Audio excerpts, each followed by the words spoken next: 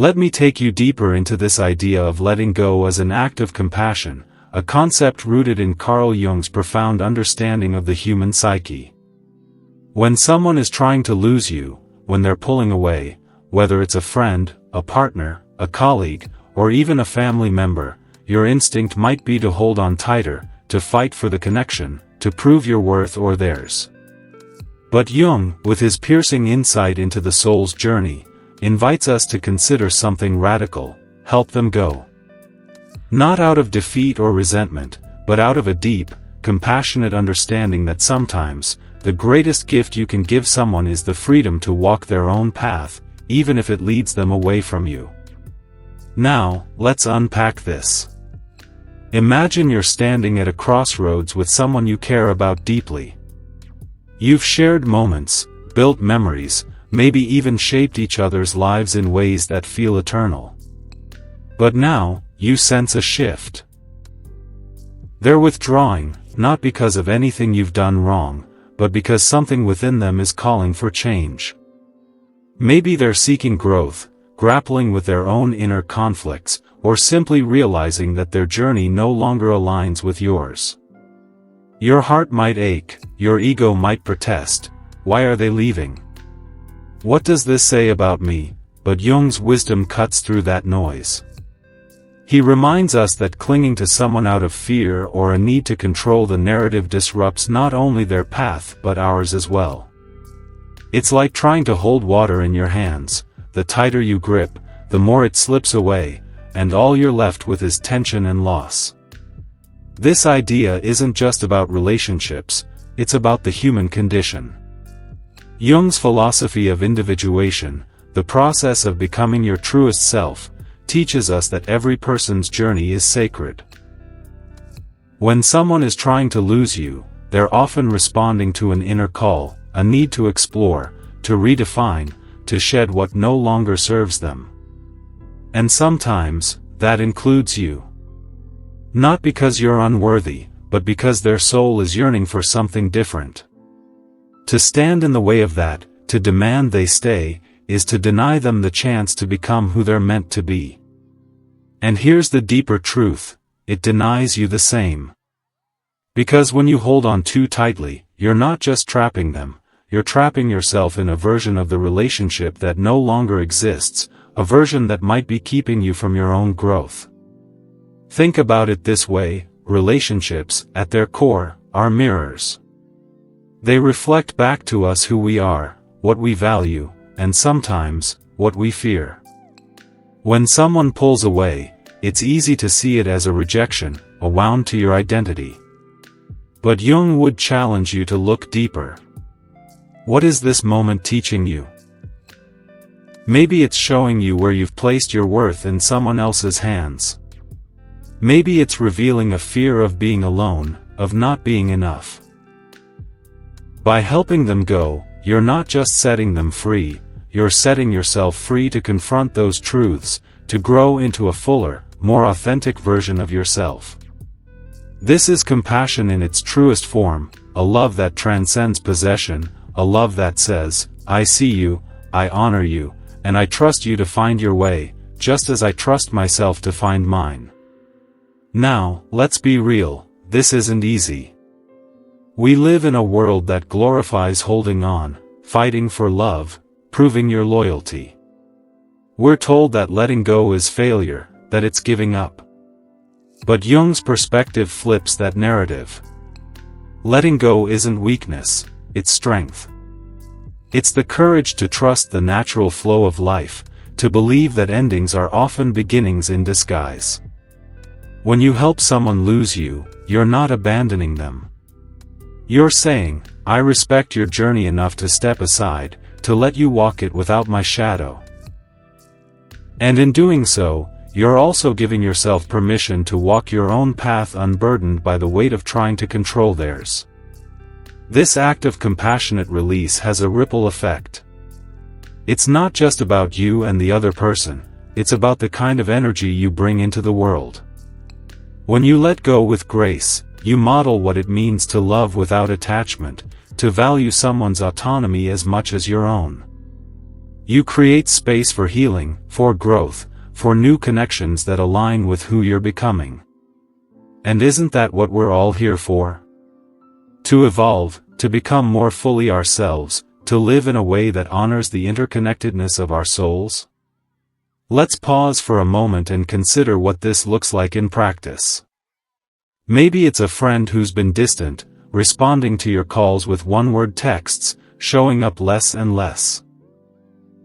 Instead of chasing them, demanding explanations, or taking it personally, you might say, "I see you're needing space, and I'm here when you're ready, or not. I wish you well." Maybe it's a romantic partner who's pulling away, their heart no longer in it. Instead of fighting to keep them, you might have an honest conversation, acknowledging the shift, and release them with kindness. This doesn't mean you don't feel the pain. Grief is real, and Jung never shied away from the messiness of human emotions. But it means you choose to channel that pain into growth, into a deeper understanding of yourself and the other person. This approach also requires you to trust in something bigger than the moment. Jung believed in the collective unconscious, a shared reservoir of human experience that connects us all. When you let someone go, you're trusting that the universe, or whatever you call that greater force, has a way of weaving our stories together, even if they diverge for a time. You're trusting that this ending is part of a larger tapestry, one that's still being woven. And in that trust, you find peace. You find the strength to say, "Go, and be well," knowing that their departure doesn't diminish you, it expands you. Now, I know this might sound lofty, but it's grounded in a practical truth. You can't control another person's journey, but you can control how you respond to it. And that response shapes not just your relationships but your entire way of being. When you choose compassion over control, you align yourself with the deeper currents of life, the ones Jung spent his life exploring, the currents of meaning, purpose, and self-discovery. You become a beacon of what's possible when we let go of fear and embrace trust. So, as you move through your life, carrying this idea with you, I want to leave you with a challenge. The next time someone tries to lose you, pause. Breathe. Look within and ask, what is this moment asking of me? And if the answer is to let go, do it with grace. Do it with the kind of love that sets both of you free. Because in that act, you're not just helping them, you're helping yourself become the person you were always meant to be. Here's the truth to carry with you. Letting go is not the end of love, it's the beginning of a deeper, truer kind. Act on it, and watch how your world transforms. Let's dive into the second piece of this profound wisdom from Carl Jung, the idea that supporting someone's autonomy when they're trying to lose you isn't just about setting them free, it's about fostering mutual growth. This concept is a cornerstone of Jung's philosophy, rooted in his belief that every human being is on a journey toward individuation, that process of becoming their truest, most authentic self. When someone pulls away from you, when they're signaling a need to step back or move on, Jung invites us to see this not as a loss, but as an opportunity to honor their path and, in doing so, to deepen your own. It's a call to act with intention, to choose growth over control, and to recognize that sometimes, the most powerful way to love someone is to let them go. Picture this: someone in your life, a friend, a partner, a sibling, starts to drift. Maybe they're less present, their words are clipped, or their energy feels distant. Your first instinct might be to pull them closer, to ask what's wrong, to fix it. We're wired to do that, aren't we? We're taught that relationships are about holding on, about fighting for connection. But Jung's insight challenges that reflex. He suggests that when someone is trying to lose you, they're often responding to an inner pull, a need to explore their own path, to confront their own shadows, or to step into a new version of themselves. By supporting their autonomy, by helping them go, you're not abandoning them, you're trusting them. You're saying, I believe in your ability to navigate your journey, just as I believe in my own. This idea is deeply psychological, but it's also profoundly practical. Jung's work was all about the interplay between the individual and the collective, the way our personal growth is tied to the growth of those around us. When you cling to someone who's trying to leave, you're not just holding them back, you're holding yourself back too. You're tethering your identity, your sense of worth, to their presence in your life. But when you choose to support their autonomy, you're making a radical statement: my value doesn't depend on you staying. I am whole, and so are you. That's where the mutual growth comes in. By releasing them, you create space for both of you to evolve, to step into the next chapter of your lives with clarity and courage. Let's break this down a bit further. Imagine a relationship where you've been the anchor for someone. Maybe you've been their confidant, their guide, their rock. But now, they're pulling away, not because they don't value you, but because they need to find their own footing. Maybe they're wrestling with questions about who they are, what they want, or where they're going. If you try to keep them close, out of fear or a need to feel needed, you're subtly telling them they can't do it on their own. You're undermining their agency. But if you step back, if you say, I see you, and I trust you to find your way, you're empowering them. You're giving them the gift of self-reliance, and in return, you're giving yourself the gift of freedom, freedom from the weight of trying to control someone else's path. This isn't just about the other person, though. Jung's philosophy reminds us that every interaction, every relationship, is a mirror for our own inner work. When someone tries to lose you, it's an invitation to look within. What does their departure stir up in you?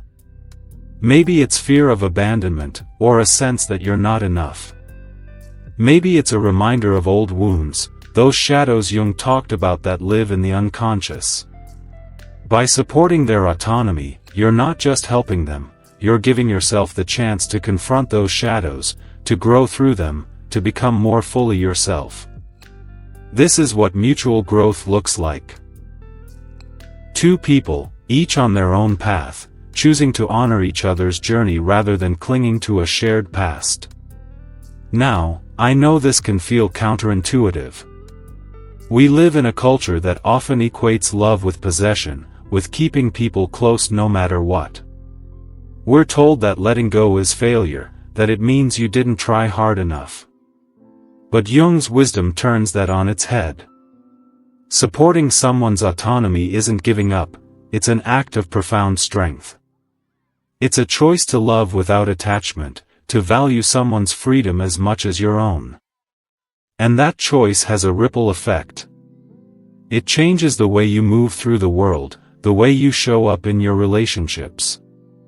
It sets a tone of trust, of respect, of authenticity that others can feel and learn from.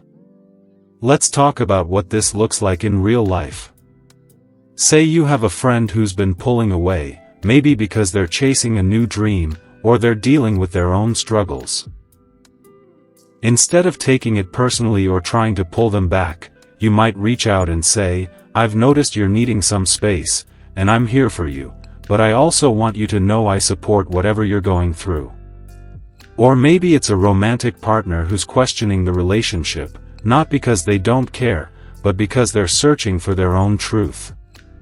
Instead of fighting to keep things the same, you might sit down with them and say, I want you to be where your heart is leading you, even if that's not with me.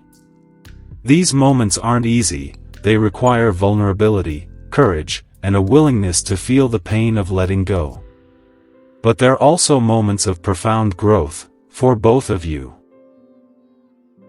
This act of supporting autonomy ties into Jung's broader vision of the collective unconscious, the idea that we're all connected, that our individual journeys are part of a larger human story. When you help someone go, you're trusting that their path, and yours, is part of something bigger. You're trusting that the universe, or whatever you call that greater force, has a way of weaving your stories together, even if they diverge for a time. And in that trust, you find peace.